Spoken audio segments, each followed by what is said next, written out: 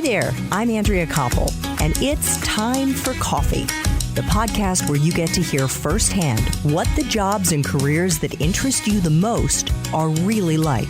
Hey there, Java junkies. Welcome to another K-Cup mini episode of Time for Coffee. By the way, K-Cups come in 3 sizes, single, double, and triple shots, or roughly 1 minute, 5 minutes, or 10 minutes in length. So if you don't have time to throw back an entire caffeinated career conversation, these K-Cup mini episodes of T4C can give you a quick caffeinated fix, whether you're on the go or you only have a few minutes to binge. So grab your mug and take a chug, because it's time for a caffeinated career double shot K-Cup with my guest, John DeDakis.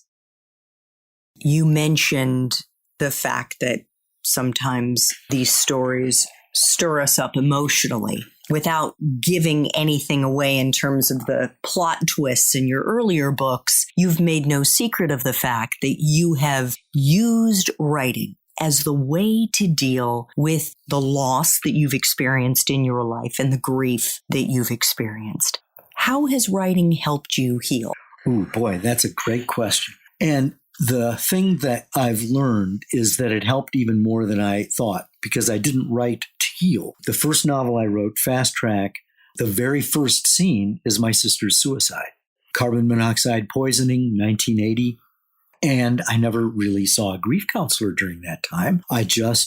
When I started turning to fiction, that was something from my own experience that I was able to use. And so the book isn't about her. It's not about her suicide, but I would say a subplot or a theme does deal with suicide. Moving on to the other books, Bluff, Lark helps her mentor and boss, Lionel Stone, solve the mystery surrounding his daughter's death. And I wrote a scene where, he's identifying the body of his daughter in the morgue. And this was before I'd lost my son and had to identify his body in the morgue. So maybe that was the cosmos doing a little foreshadowing. I don't know, but I've read it since, and it's pretty powerful and real. Then fast forward to Bullet in the Chamber. That was about my son's accidental heroin overdose. The story is not about him, but I used the collateral damage that happens around grief. I used it as a subplot as part of Lark's life, but much of it was exactly what happened, in our situation, including the fact that he was found in a residential street off of Nebraska or Utah Avenue in D.C., parked at the curb by a neighborhood watch sign, irony of ironies. I was writing the novel as I was going through grief counseling at the Went Center for Loss and Healing in D.C. And of course, my grief counselor is a woman, or was a woman. We met for about 2.5 years. She wanted to know why I write as a woman. Can't imagine why she would want to know that. And the thing I discovered, though, is that, and I didn't discover this until a year after I left grief counseling and was asked to write a speech or give a speech at a fundraiser for the Grief Counseling Center, I didn't realize that I'm a deeper, more subconscious reason I write as a woman is to create the kind of woman I wish my sister had allowed herself to become. Because Lark Chadwick is not a victim. She doesn't let guys define who she is. She still falls for the bad boy. She still has feet of clay, impulse issues. She's not perfect, but she has a degree of courage and outspokenness that I wish my sister had had, and which exists and existed in the lives of the women that I met and knew at CNN and still know in many cases. So writing, and I feel very strongly about this, the better you know yourself as a person, the better you'll be as a writer, because you'll be writing from a place of realism and authenticity. Well, thank you for sharing all of that, John. Thank you. In terms of the healing process, do you think it has been putting the words on paper and then getting reaction from your readers that has helped? Or has it been creating this alternative universe? Have you ever considered counseling? That's a very good question. To a certain extent, yes, the writing has been a catharsis. But you know what I've discovered? It has nothing to do with writing. It has everything to do with crying.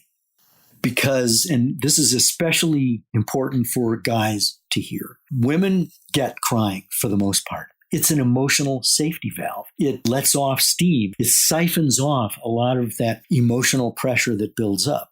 Guys are conditioned, and I'm making a general statement, and it's not fair to do, but if you're the kind of person who feels that it's, weak to cry, that there's something wrong with you if you're crying, that you need to be strong, all of those are admirable things. But what ends up happening is the grief doesn't go away. It festers and it corrodes. It's almost the same as the difference in journalism between cynicism and skepticism. Cynicism corrodes. Skepticism keeps you on your edge because people are lying to you. So as far as grief is concerned in writing, I find that crying is really the most important way to heal. One person told me that really makes sense.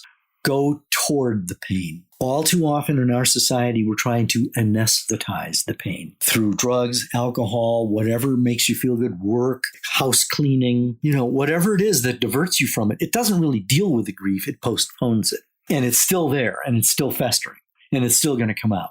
So I've just found that crying, it's even better than writing. I cry when I write sometimes. Oh my gosh, I can just imagine you must have like 5 boxes of tissue all around you. Yeah, pretty much. Yeah. But what an amazing point, John. Because you are going and creating these very poignant, painful storylines, you are forcing yourself to face some of the most painful things that have happened to you in your life, and you're not wallpapering over it with other substances.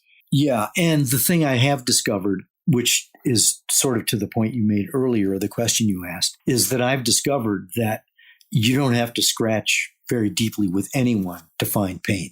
And suicide and heroin addiction are probably 2 of the most stigmatized issues in our society. And the saving grace is I'm able to talk about it and I'm able to write about it. And being able to do that, I think, allows other people to realize that they're not alone.